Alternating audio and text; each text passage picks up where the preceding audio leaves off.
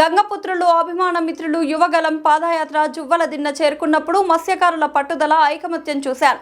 మత్స్యకారులకు ఏ కష్టం వచ్చినా ఏ సమస్య అయినా ఎప్పుడూ మా ఇంటి తలుపులు తెరిచే ఉంటాయి. కానీ మిమ్మల్ని చూసినాక నేను ఈరోజు స్టన్ అయ్యా. ఎందుకంటే మనం అనుకోలేదు కదా, అట్లా అని వచ్చేసారు అందరూ. నేను పొద్దున్నేసి అందరు వచ్చి అప్పుడు పెట్టినారు మత్స్యకాల సేవలో బాబు గారు బయలుదేరుతున్నారు కదా ఈ రోజు, ఆయన పంపించడానికి వచ్చినట్టున్నారు అందరని. అప్పుడు ఫోన్ చేశారు, బాబు తప్పనిసరిగా అందరు కలిసిన తర్వాత నేను మీటింగ్కి వెళ్తానని చెప్తాం జరిగింది. చాలా సంతోషం. ఎప్పుడు పౌరుషం ఉండాలి, ఎవడు ఆపరు. ఇది మనీళ్ళే, నేను మళ్ళీ చెప్తున్నా, ఇది మనీళ్ళే. మన సమస్యలు మనమే పరిష్కరించుకోవాలి. ఏమున్నా కొల్లన్న ఉన్నాడేట్టుగా కొంచెం స్పీడ్ పెంచుకుంటా ఉంటాను అప్పుడప్పుడు అన్నని. ఏ సమస్య ఉన్నా అన్నతో మనం ఆడుకుందాం, మనం పరిష్కరించుకుందాం. ఇది మన ప్రభుత్వం, అది మనందరం గుర్తుపెట్టుకోవాలి. సో మా ఇంటి తలుపులు ఎప్పుడు మీకోసం తెరుచుంటాయి. ఏమున్నా రాండి, హాయిగా కూర్చుందాం.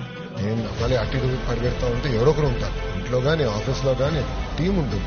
ఇక్కడ గానీ మన పార్టీ ఆఫీస్ లో గానీ మనోళ్ళు ఉంటారు, మీకు అందరూ పార్టీలో ఉంటారు. కానీ ఒక విషయం చెప్పాలి, నేను మరవలేంది మీ పట్టుదల. మామూలు మొండి కదా మీరు. నేను చూసా కదా కావల్లో ఇప్పుడు జోల దిండేలో డిఫెన్స్ కంపెనీకి వచ్చినాం. ఊరోళ్ళందరూ తీర్మానం చేశారు, ఎవడన్నా కానీ ఫంక్షన్కి వెళ్తే తోలు తీస్తాం. ఆశ్చర్యపోయి అంటే పట్టుదల. ఒకసారి అనుకుంటే ఊరంతా ఒక మాట నిలబడుతుంది. అది మీ దగ్గర మేము తెలుసుకోవాలి. కంపెనీ కూడా ఈ సంవత్సరం ఆఖరి లోపల పనులు పూర్తి చేస్తారు. వాళ్ళు కూడా చెప్పిన, ఎందుకంటే తమిళలో వస్తున్నారు, మన ప్రాంతంలోకి వచ్చి బయటకు వస్తున్నారు, అది ఆపాలని కంపెనీలు చెప్పారు. వాళ్ళకి బోట్ ఇవ్వమని. దానికి ఏంటంటే మనుషులు వస్తున్నారు, అది ఆటోమేటిక్ గా తిరుగుతూ ఉంటుంది ఆ కంపెనీ. సో బోట్లు కూడా డిఫెన్స్ ఉంది కదా, నేవీకి పైలట్లు వీళ్ళు కావాలి.